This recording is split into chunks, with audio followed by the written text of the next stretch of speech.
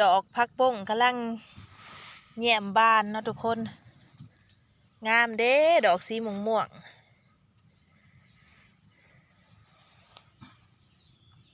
ถัดไปหันก็เป็นดอกบั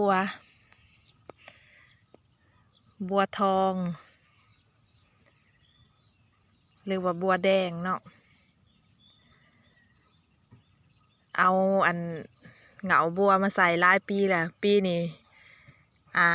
ขยายได้4 กอละได้1 2 3 4โอ้ได้5 กอแล้วเนาะเป็นบ่อนปลาส้นถ้าเต็มน้องนี่แดงหุ่งอยู่คือสีงามเนาะทุกคน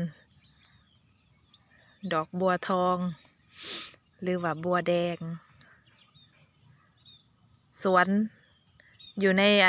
สวนหลังบ้านเนาะน้องอยู่ในสวนหลังบ้าน